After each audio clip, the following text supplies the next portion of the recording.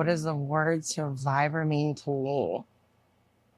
A day ago, it did not include me in the picture, to be honest. It's very hard to think of yourself as a survivor. It almost feels selfish in a way, but sitting here right now, it's an accomplishment. For anyone who's going through this right now with me or is trying to get to the point to say that they're a survivor, day one, you're a survivor. If you even fathom coming to Willow or know that something isn't right and you want to fix something about it, you're a survivor to me instantly.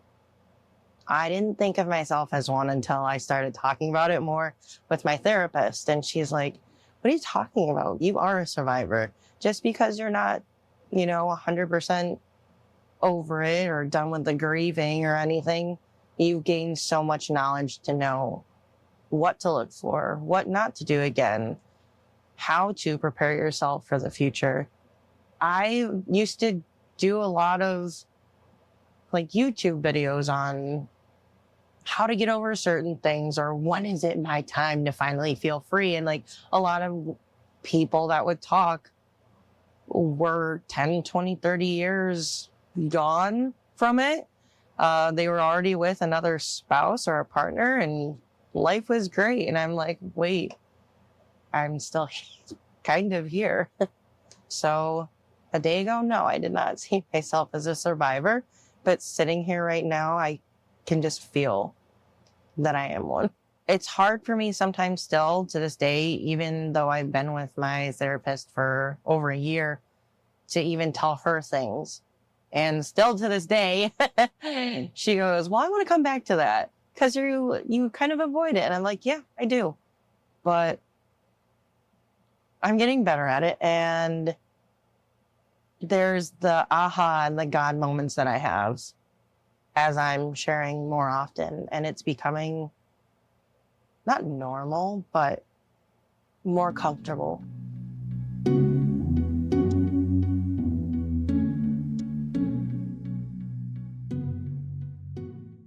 I would hold it in. And again, I would believe every single thing and every single word that was said or screamed at me. And looking back, I could tell that my friends knew something was wrong. My friends and my family they knew that he was not the nicest person. They knew that he would be very nice to them, but honestly, I would lie a lot. I would come in with bruises and scars and I'd be limping or I'd just be very quiet and they knew, but I'd be lying because I wasn't in a safe place in my head. I didn't feel safe anywhere. There was no safe place, not even my home, not the bathroom at work that was completely miles away from him.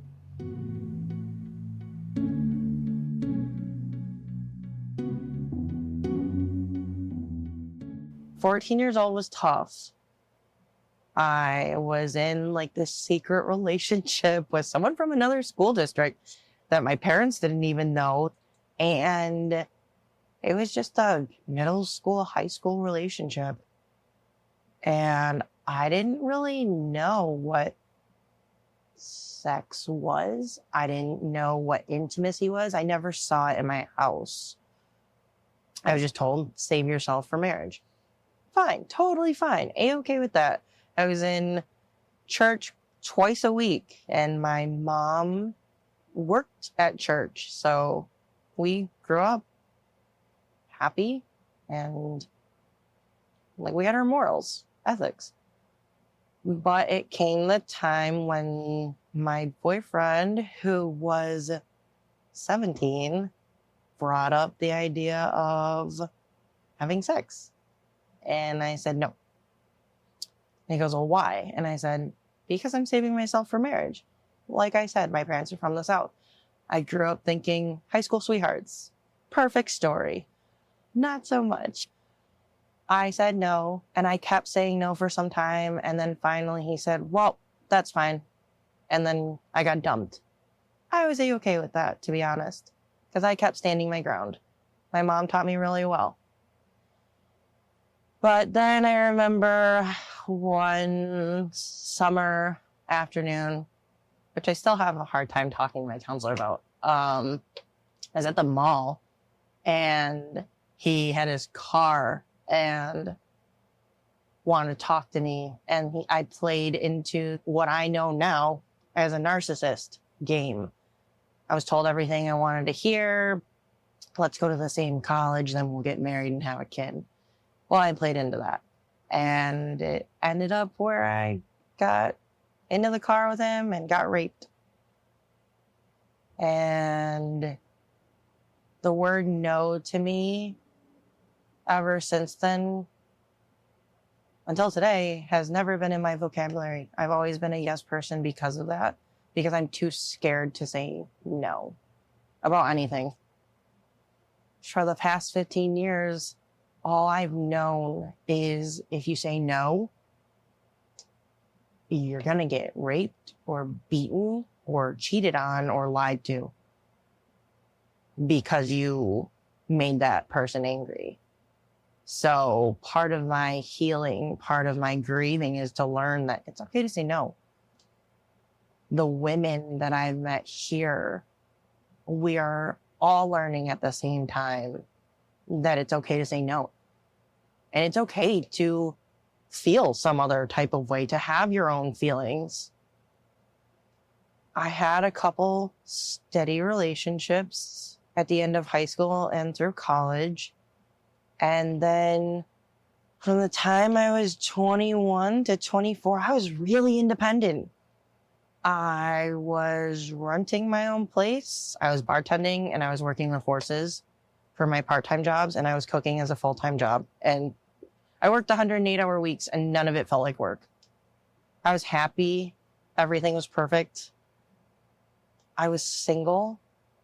And then it came up in the back of my mind, like, you wanted to be married at this point. So start looking. So I put myself out there and I found this awesome guy. Like, you look at that person, you're like, I'm going to marry that person. And it was instant. So we started seeing each other. And to be quite frank, it's hard to talk about it, but I noticed he was an alcoholic right away. I was always meeting him after work at a bar. And they would drink all night at a bar until the bar closed. And then they would go to another friend's house and drink some more. And it was always going to his friends. We never hung out with mine. The hard part coming up is he would get so drunk, he would black out. But I remember one night, which I think was like a month or two into the relationship, there were two cops sitting outside the bar and he was very intoxicated. I begged and begged to have the keys and I got screamed at. I was told that I was acting like a 12-year-old. I was told that I'm being stupid and that they're just driving a half a mile down the road. So I begged. And he finally screamed at me that I was a bad word. And I just shut up and I got in the truck. The cops, fortunately, pulled away for his sake. But he couldn't even put the keys in the ignition. So I got out of the truck and I was just going to walk at this point. It was freezing. It was snowing. And I started walking. And then I got this phone call from him. And he said, come back. I've hit someone. I need your help. The cops are on their way. And I'm like, okay. So I ran back. Come to find out, he was still in the parking spot that I left him in. There was no one around. There was no damage to his car. Cops weren't even close. He lied to get me to come back. And I believed it. But what happened next changed everything. And I opened the door and I was screaming. I will admit I was screaming. And I said, get out of the car. and I went to grab for the keys. That was the biggest mistake of my life. This is where, honestly, it all started. I grabbed for the keys and I got punched square in the face, like I was a man. Fell on the ground, and then I got picked up by the back of my neck, and I got tossed in the truck. And we drove to his grandmother's apartment. He slammed on the brakes and threw me out of the car. Then he picked me up off of the ground and dragged me towards the apartment. I just walked. I realized that it wasn't going to end. So I gave in and I just got up and I walked. That night was the first night that I was raped again by someone that I thought was going to be the one. He didn't even realize it. He was unbelievably intoxicated, and actually he blacked out. Woke up the next morning. I was showering. He walked into the bathroom to get ready, and I was bleeding on my arm. I had a bruise on my stomach and a couple of bruises on the same side of my leg. And he asked what happened. And I played it off. I went into full survival mode and I said, I got thrown off a horse. And he was like, oh my gosh, when did that happen? And I was like, oh, this morning. I got up before you did. And to this day, that lie sticks in my head. It was about every single day for the next 2 years straight. Almost every single day I was getting beaten. I'm learning now that being drunk or being high is never an excuse. I sympathized hard, and I tried to see where he was coming from. I didn't care how much I was hurting. I didn't care how badly I got hurt, or if I got knocked unconscious, or that I was madly in love with this person. I felt so horribly for this person. I took on the role of being the punching bag. So I finally found a part-time job where I could work with children and adults with special needs without a degree. And it was amazing. And I became ill again from stress. I lost a baby, got engaged to after a couple of years, after the abuse was really happening. And I don't know what was going through my mind, except finally, this may be it. He may stop all this because he proposed to me. But it didn't stop. It actually got worse because he started to try and get sober. But the violence never stopped. And the verbal and emotional abuse got way worse. It was so hard to leave. I tried to leave, I think 3 or 4 times before the wedding.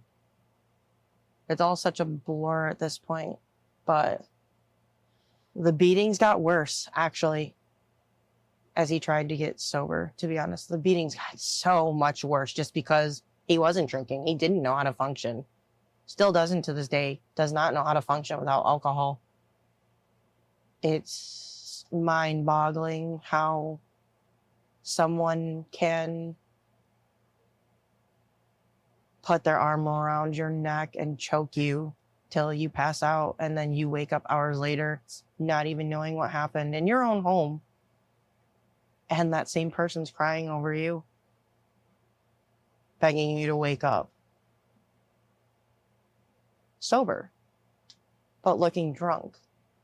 It's hard even thinking that I spent 8-9 years with the same person that did all that to me.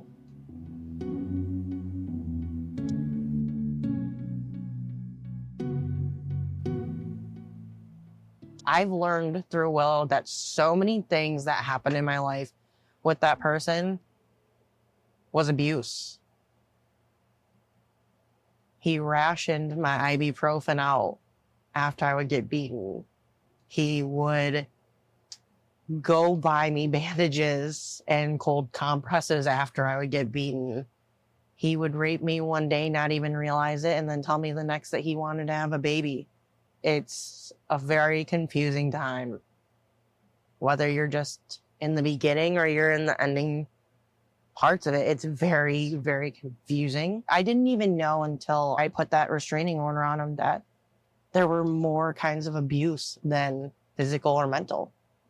I didn't know financial abuse was a thing, and I am thousands of dollars in debt because someone kept being a narcissist and honeymooning. I did not know what a honeymoon phase was. I did not know what trauma bonding was. I did not know what any of these terms were that I've learned. Being told that you're allowed to go hang out with your family that's abuse. I learned through Willow that other people go through it too. And you hear all these seminars from doctors, psychologists, therapists. You go and you listen to other survivors talk, and you think to yourself going through this that you're going to be the one to change that person. Something in their life is going to happen while you're in their life, and they're going to stop. And they're going to finally realize what a mess this is. But I'll be honest, as a person who left 6 times and is still speaking to that person, it doesn't change. For anyone who's still going through this or has gone through it and is still trying to figure out whether they should leave or not, like my counselor and my therapist have told me time and time again, you'll know. I kept saying to myself, well, maybe now it's not the time. If you break up, maybe things will change the next time you get together. Time after time, nothing changed. I still have my wedding dress. And it's very hard to think that I could even be happier with someone else. I've learned that I'm allowed to be happy. And I'm still speaking to that person. It makes you feel guilty. It makes me feel selfish. It makes me feel like, why am I even here? I haven't moved on yet. I haven't left yet. But honestly, I'm so much farther than I was 8-9 years ago. I don't own his problems. My chains are totally broken free.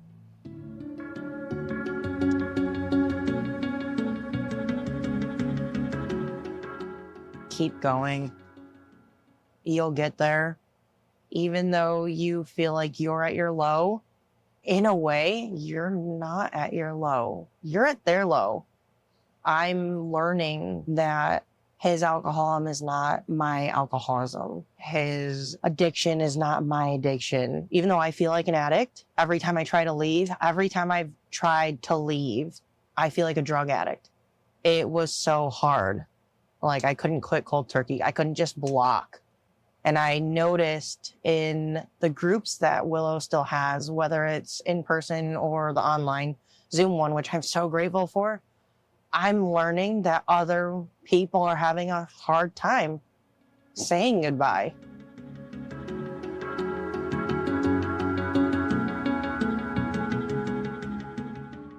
On a daily basis, from the beginning of the relationship, I was trying to find ways of doing positive affirmations. There is a YouTuber that I was following heavily, and they would do yoga and positive affirmations, and I did it every morning. I would go through the poses and I would say affirmations like, you are beautiful and you are strong. I am a leader. Just the simplest little things. There's just so many little things that you do for positive affirmations, even just listening and trying to say them in front of a mirror. And I break down and I cry because I don't think I'm worthy of those words. It's very hard when you are in an abusive relationship and you are so beaten down mentally and physically. You are broken in so many different ways and your spirit is crushed. to even think that you are a strong, beautiful human being. I'll be honest, I wanted to end my life. I tried so hard not to think about suicide while I was deep in this relationship, every day living with this person and about to get married to this person. I would panic.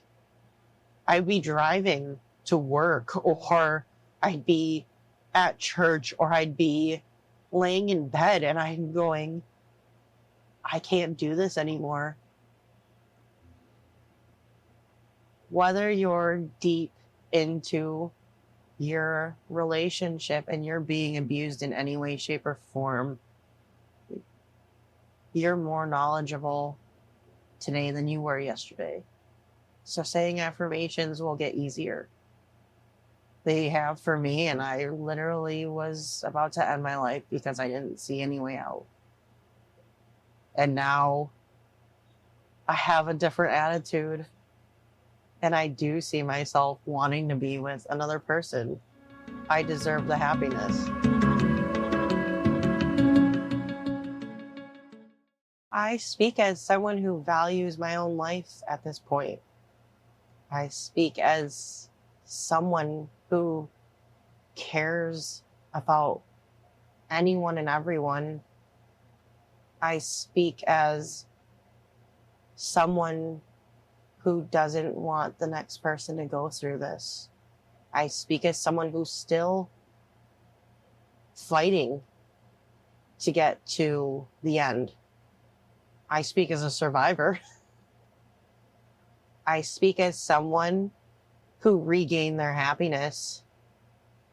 I speak as someone who found fellowship through a program that I was never going to call. As hard as this one is for me to say, I speak as a mother who lost their child as if they were still here in front of them, even though they never met them. I speak as a friend to anyone who has children.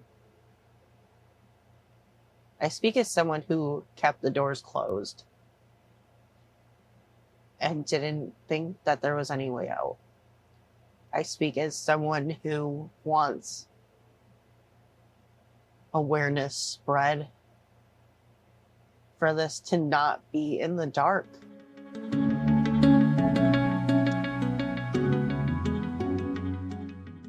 If anyone thinks that they are in a relationship where they need help, just reach out.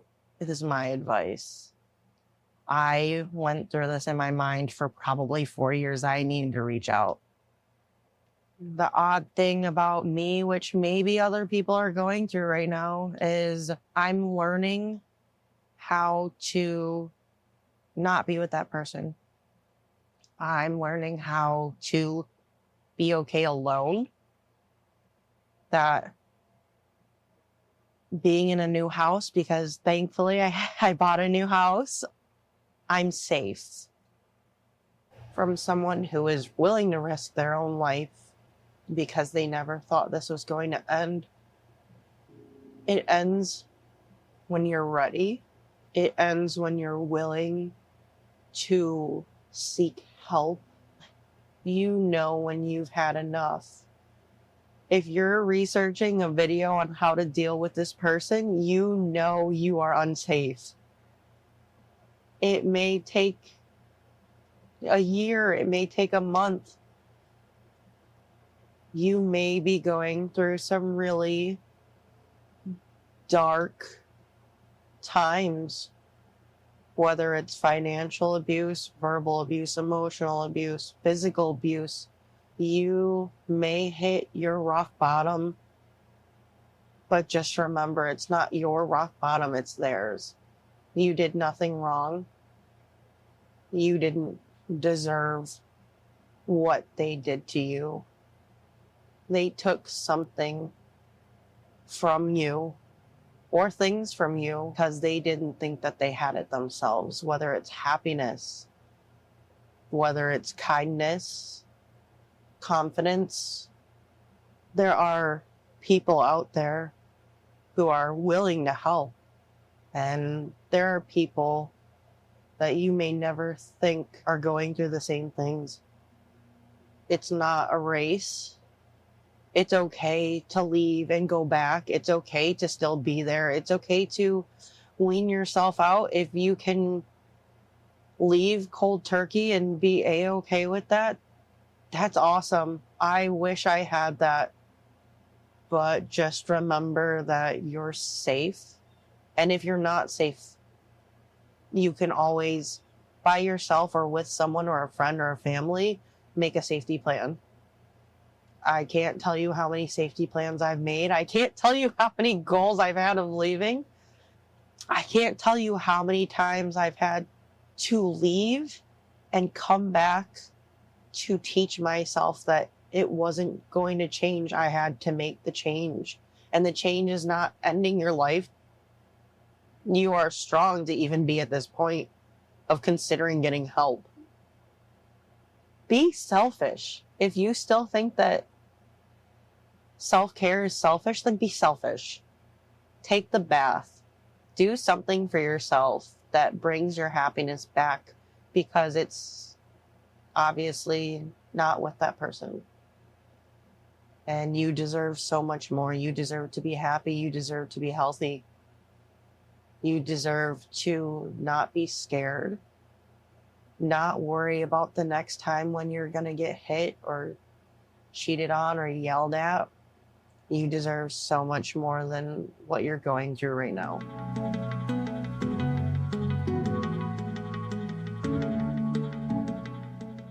Again, it took me forever to get to Willow finally. It took doctors.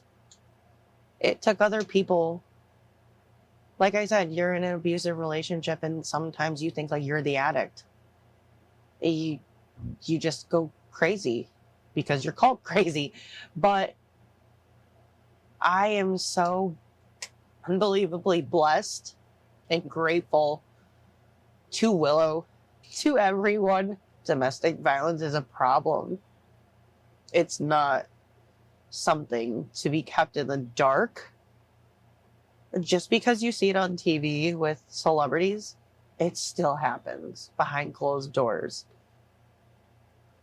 Every single program or event that is offered through Willow, I have done, and I have never imagined myself having the courage to do it. People have never met each other, but we all come to one place, and it's like we've known each other forever. You don't have to explain yourself. You don't have to be scared. I mean, I was nervous for some of the things, like my first counseling appointment, the first time we did movement group, I was nervous because for the past 15 years, I've been forced to be nervous.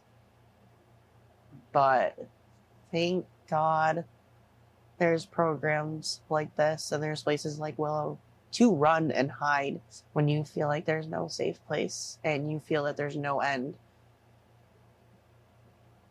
I would not be here today. I wouldn't be here today if it weren't for Willow and the people that want to help. So much light has come into my life because of this place. And even when I feel alone and I'm down on myself and I don't believe those affirmations, it's places like this that remind you that you are beautiful, you are strong, you are powerful. I mean, you made it here. And that's what matters. You made it here. I wouldn't have been able to share this story to anyone, I don't think ever, if I didn't think it wasn't going to help someone. I don't want people to feel like they have to lie or they have to live a separate life or they have to be scared. Your life is so much more than hiding. Your life is so much more than being scared.